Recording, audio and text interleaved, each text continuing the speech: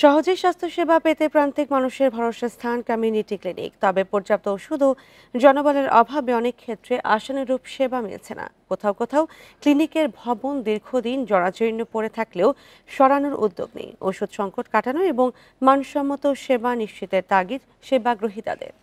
Bundle থাকলে প্রতি সেনমানিতে টাকা বাঁচবে। বিকাশ সেনমানি বান্ডেল কিনে জিতুন প্রতি লেনদেনে। যশোর সদরের হাসিমপুর গ্রামের ভ্যান চালক আব্দুল হাকিম 2 সপ্তাহ আগে চর্মরোগে আক্রান্ত হন। স্থানীয় কমিউনিটি ক্লিনিকে দুবার গিয়েও ওষুধ পাননি। বেশিরভাগ রোগীরই এই অবস্থা। অনেক সময় প্রয়োজনীয় পরামর্শ না পাওয়ার অভিযোগ। চালায় খাই ভ্যান, গরিব মানুষ আমরা, কি করবো ভাই? আসি, সরকারি ক্লিনিক ছিল, আসার পরে বলে নেই, 15 দিন 20 দিন পরে আসেন, আসলে ওষুধ পাবেন। যশোরের 283টি কমিউনিটি ক্লিনিকে প্রায় 8 মাস ধরে ওষুধের সংকট। চাহিদার 3 ভাগের 1 ভাগ ওষুধও মিলছে না, জানান সিভিল সার্জন।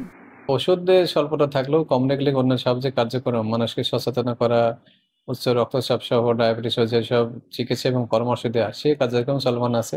পিরোজপুরে 170টি কমিউনিটি ক্লিনিকেও রয়েছে ওষুধের সংকট। ঝিনাইদহের 187টি কমিউনিটি ক্লিনিকের মধ্যে অন্তত 30টির অবস্থায় নাজুক। ভাঙ্গাচোরা ক্লিনিকে সেবা নিতে গিয়ে হতাশ সাধারণ মানুষ। 10:30 টাকা ডাক্তার আইয়া আবার মনে করেন 12:30 পুনে একটা মধ্যে চলে যায়। ঔষধ থাকতে হবে, যেটা চাইলে পাওয়া যায়। এরা তো রোগ বুঝে ঔষধ দেবে, পেরাই ঔষধে ঘাটতি যাই কই ঔষধগুলা। আমি এখানে সেবা দিতে যে আমাদের এই বিল্ডিংটা খুবই জরাজীর্ণ অবস্থা, মানে ছাদ বেয়ে পানি পড়ে, যার কারণে বৃষ্টি হলে আমাদের এখানে বসে সেবা দেওয়া খুব কঠিন হয়ে পড়ে। পঞ্চগড়ের 110টি কমিউনিটি ক্লিনিকের বেশিরভাগই চলছে একজন কমিউনিটি হেলথ ক্লিনিক প্রোভাইডার দিয়ে। বিনামূল্যে 27টি ওষুধ দেওয়ার কথা থাকলেও অনেক ওষুধই মিলছে না। একই অবস্থা নীলফামারীতেও।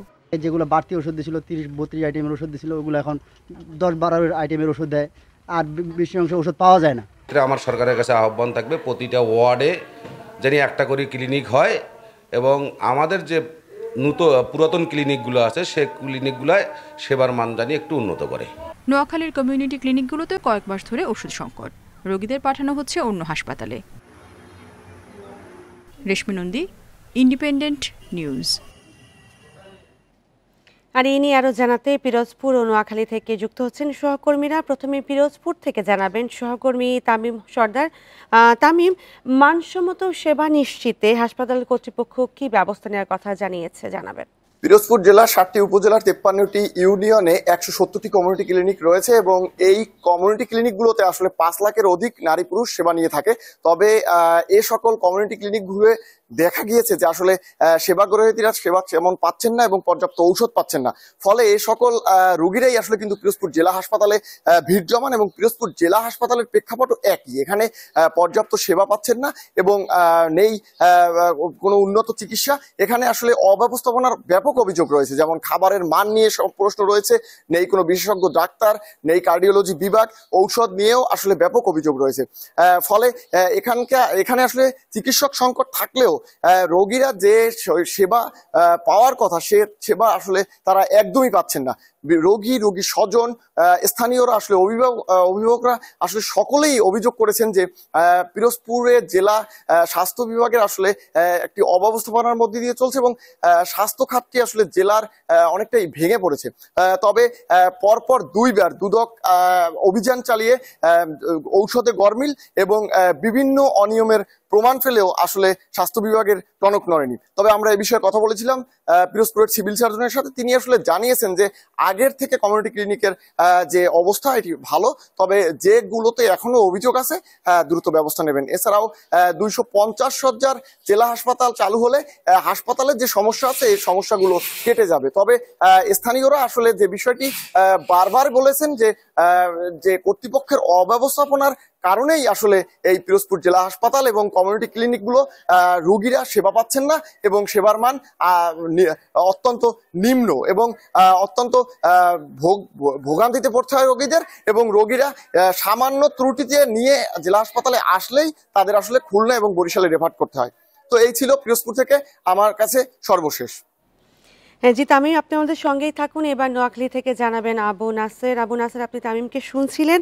নোয়াখালী জনবল সংকট কতটা এবং সেবা গ্রহীতাদের ভোগান্তি কতটা?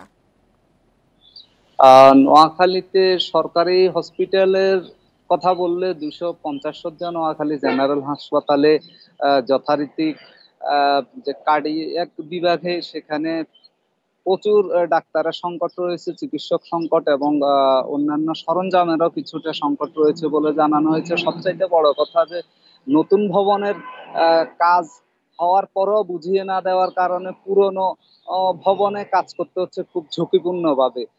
পাশাপাশি আমি এখন আছি নোয়াখালীর বেগমগঞ্জ উপজেলার একলাশপুর ইউনিয়নের একটি কমিউনিটি স্বাস্থ্যকেন্দ্রে। এই